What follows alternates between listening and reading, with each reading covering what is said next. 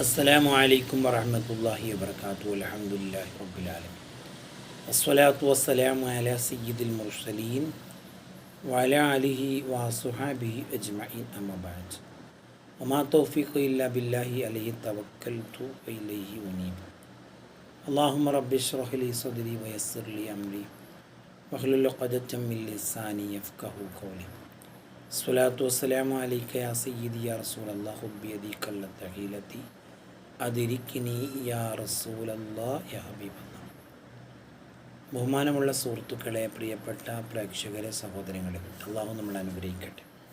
നമ്മുടെ വാക്കുകൾ, നമ്മുടെ പ്രവർത്തനങ്ങളൊക്കെ അള്ളാഹു സ്വീകരിക്കട്ടെ. അള്ളാഹു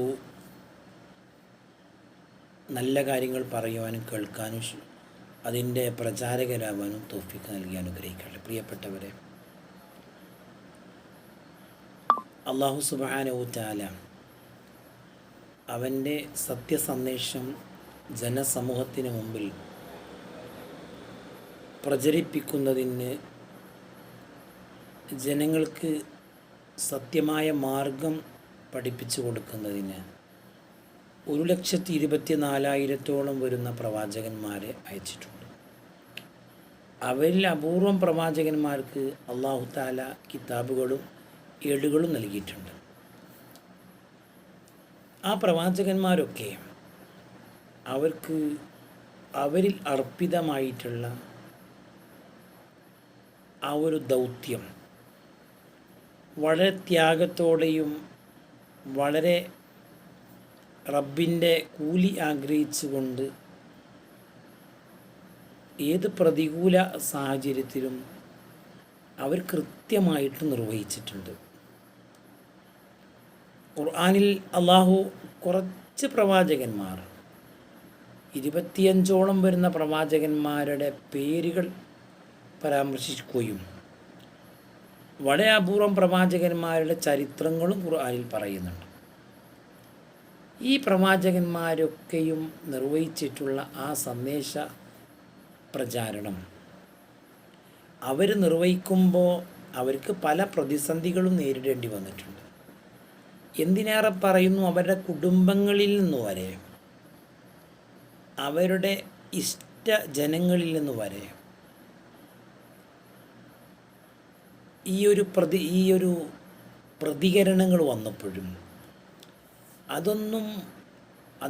അതിനെല്ലാം അവഗണിച്ചുകൊണ്ട് നീതിയും സത്യവും സമൂഹത്തിന് പഠിപ്പിച്ചു കൊടുക്കണമെന്നുള്ള ആ ഒരു ഉറച്ച വിശ്വാസത്തിൽ അവർ മുന്നോട്ട് പോയി എന്നുള്ളതാണ്.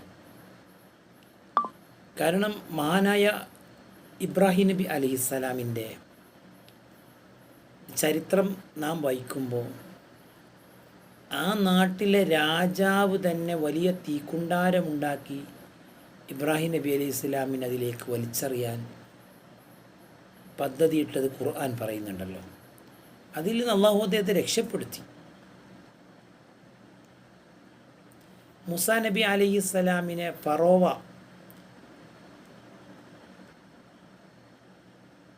എല്ലാ നിലക്കും പരാജയപ്പെടുത്താൻ ശ്രദ്ധിച്ചിട്ടും മൂസാ നബി അലൈഹി സ്വലാം പരാജയപ്പെട്ടിട്ടില്ല. ഇബ്രാഹിം നബി അലൈഹി സ്വലാം പരാജയപ്പെടുത്തപ്പെടാത്തതുപോലെ മൂസാ നബി അലൈഹി സ്വലാം പരാജയപ്പെട്ടിട്ടില്ല. പക്ഷെ എന്നാലും അവർ പ്രയാസങ്ങളും ത്യാഗങ്ങളും സഹിച്ചു എന്നുള്ളതാണ് നാം പറഞ്ഞു വരുന്നത്. അവർക്ക് അല്ലാഹു തആല വിജയം കൊടുത്തു എന്നുള്ളതും സത്യമാണ്. ഇനി നമ്മുടെ നബി മുഹമ്മദ് മുസ്തഫ സ്വല്ലല്ലാഹു അലൈഹി വസല്ലം തങ്ങളിലേക്ക് വന്നാൽ അവിടെയും അങ്ങനെ തന്നെയാണ്. 40 കൊല്ലക്കാലം ആ നാട്ടുകാർ, മക്കക്കാർ നബി സല്ലല്ലാഹു അലൈഹി വസല്ലങ്ങളെ അൽ അമീൻ എന്നാണ് വിളിച്ചത്. സ്വന്തം പേര് പോലും സ്നേഹത്തോടെ വിളിച്ചില്ല. അവർ വിശ്വസ്തൻ എന്നുള്ള ആ ഒരു വളരെ സ്നേഹിച്ചിട്ടും ഓമനിച്ചിട്ടും വിളിച്ച പേരാണത്. എപ്പോഴാ നബി സല്ലല്ലാഹു അലൈഹി വസല്ലം തങ്ങൾ അവർക്ക് കണ്ണിലെ കരടായി മാറിയത്? ഈ ഒരു സത്യസന്ദേശം ജനങ്ങളോട് പറയുമ്പോൾ, നിങ്ങളീ ചെയ്യുന്ന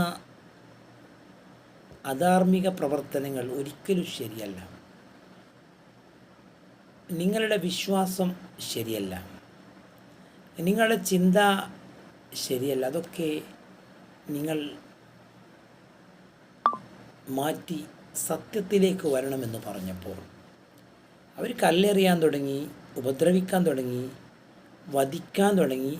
പല തരത്തിലുള്ള അക്രമങ്ങളും അഴിച്ചുവിട്ടിട്ടും അതെല്ലാം ക്ഷമിച്ചു നബി സല്ലല്ലാഹു അലൈഹി വസല്ലം.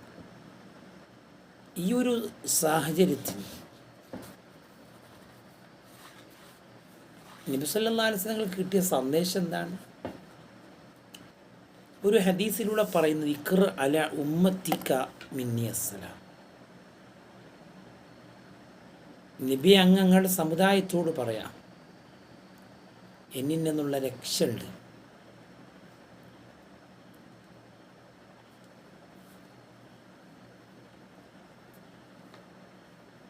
വഖുൽ ലഹാ ഇന്നി ഉഷ്ഹിദുല്ലാഹ അന്നാദിലുമ്മ. ഈ അങ്ങയുടെ സമുദായത്തിൻ്റെ രക്ഷ, ഈ ഒരു സത്യസന്ദേശം മുറുകെ പിടിക്കുകയും അതിൻ്റെ പ്രചാരകരാകുകയും ചെയ്യുമ്പോഴാണ് മാ അഫ്ലഹത്ത് ഇല്ലാ ബിത്തമസ്സുക്കി ബിദ്ദീൻ, ഈ ദീനിൻ്റെ മാർഗം അവലംബിച്ചാൽ മാത്രമേ നിങ്ങൾക്ക് രക്ഷയുള്ളൂ, വിജയമുള്ളൂ. ഉമാ ഖസിറത്ത് ഇല്ലാ ബിൽ ഗഫ്ലത്തി അനിദ്ദീൻ വലൻ യുസ്ലിഹ ആഖിറ ആദിഹിൽ ഉമ്മത്തി ഇല്ലാ മാ അസ്ലഹ അവ്വലഹ. അതുകൊണ്ട് മുൻഗാമികൾ എത്രത്തോളം ത്യാഗം സഹിച്ചോ, ആ ത്യാഗവും നിങ്ങൾക്ക് സഹിക്കാൻ കഴിഞ്ഞാൽ, നിങ്ങൾ ആ പ്രതിസന്ധികളും പ്രയാസങ്ങളും നിങ്ങളെ വേട്ടയാടുമ്പോൾ നിങ്ങൾ ക്ഷമിക്കാൻ, സഹിക്കാൻ, റബ്ബിൻ്റെ പൊരുത്തം ആഗ്രഹിക്കാൻ നിങ്ങൾ തയ്യാറായാൽ നിങ്ങൾക്കാണ് വിജയം. ഇതാണ് അവർക്ക് കിട്ടിയ മെസ്സേജ്. അതാണ് ഈ ഒരു മെസ്സേജാണ് വീണ്ടും അവർക്ക് ഈ അധാർമികതയ്ക്കെതിരെ ശബ്ദിക്കാൻ അവർക്ക് പ്രോത്സാഹനം നൽകിയിട്ടുള്ളത്. ആ ഒരു മാർഗമാണ് യഥാർത്ഥ മാർഗം. ആ മാർഗം അവലംബിച്ചാൽ അതൊരു സുന്ദരമായ സുഖത്തിൻ്റെ മാർഗം ആയിരിക്കണമെന്നില്ല. അബുൽ അബഷർ ആദം നബി അലൈഹിസ്സലാം മുതൽ അന്ത്യപ്രവാചകൻ മുഹമ്മദ് മുസ്തഫ സല്ലല്ലാഹു അലൈഹി വസല്ലം വരെയുള്ള ഇനി വരാനിരിക്കുന്ന ആകാശലോകത്ത് ജീവിച്ചു കൊണ്ടിരിക്കുന്ന മഹാനായ റൂഹുല്ലാഹി ഈസാ അലൈഹിസ്സലാം ഉൾപ്പെടെയുള്ള പ്രവാചകന്മാരൊക്കെ ത്യാഗങ്ങൾ സഹിച്ചിട്ടുണ്ട്. ആ ത്യാഗങ്ങളാണ് അവർക്ക് ഔന്നിത്യവും അവർക്ക് പുരോഗതിയും കൊടുത്തിട്ടുള്ളത് എന്ന് നമ്മൾ മനസ്സിലാക്കണം. അതുകൊണ്ട് ഈ ഒരു സന്ദേശത്തിൻ്റെ വാഹകരായി മുന്നോട്ട് പോകുമ്പോൾ പ്രതിസന്ധികളെയും പ്രയാസങ്ങളെയും നിരന്തരമായി തരണം ചെയ്യേണ്ടി വരും എന്നുള്ളതാണ് ഇതിൻ്റെ അർത്ഥം. ഇത് പട്ടുമെത്തയിൽ കിടക്കുന്ന പോലെ അല്ല, ആ ഒരു സുഖം ഇതിൽ നിന്ന് ലഭിക്കുകയില്ല. മുൻകാമിഞ്ഞു പോയ ആളുകൾ, മഹാരഥന്മാരായ മുൻഗാമികളായ ആളുകൾ, സലഫുസ്വാലിഹീങ്ങളായ ആളുകൾ, സ്വഹാബിമാർ, ഔലിയാക്കന്മാർ, സജ്ജനങ്ങൾ, മഹാന്മാരായ പണ്ഡിതന്മാർ, അവരൊക്കെ ഈ ഒരു വഴിയാണ് ഇവർ സഞ്ചരിച്ചത്. അതുകൊണ്ട് ഈ വഴി സത്യമായ വഴിയാണ്. അതാണ് അഹ്ലുസുന്നയുടെ യഥാർത്ഥ മാർഗം.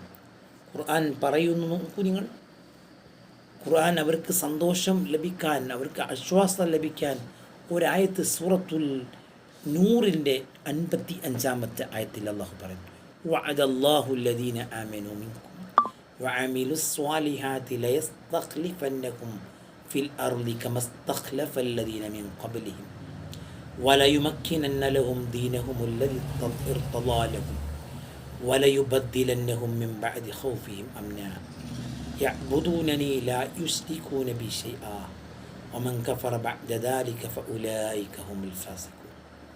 സ്വദഖല്ലാഹു മൗലാന. അള്ളാഹു ഇതിൽ നിന്നൊക്കെ പാഠം ഉൾക്കൊണ്ട് ഈ ഒരു സന്തോഷം ആവാഹിച്ച് നന്മയുടെ പ്രചാരകരായി മാറാൻ നമുക്ക് തൗഫീഖ് നൽകട്ടെ. ആ ഒരു മാർഗത്തിൻ്റെ ഇന്ന് കാണുന്ന രൂപമാണ് സമസ്ത കേരള ജംഇയ്യത്തുൽ ഉലമ എന്ന് പറയുന്ന പണ്ഡിത പ്രസ്ഥാനം. അതിൻ്റെ കൂടെ നിൽക്കാനും അതിൻ്റെ പ്രചാരകരായി മാറാൻ നമുക്ക് സാധിക്കണം. അള്ളാഹു അനുഗ്രഹിക്കട്ടെ. സ്വല്ലല്ലാഹു അലാ മുഹമ്മദ്. അല്ലാഹുമ്മ സ്വല്ലി അലാ മുഹമ്മദ് യാ റബ്ബി സ്വല്ലി അലൈഹി വസല്ലം. അസ്സലാമു അലൈക്കും വറഹ്മത്തുള്ളാഹി വബറകാതുഹു.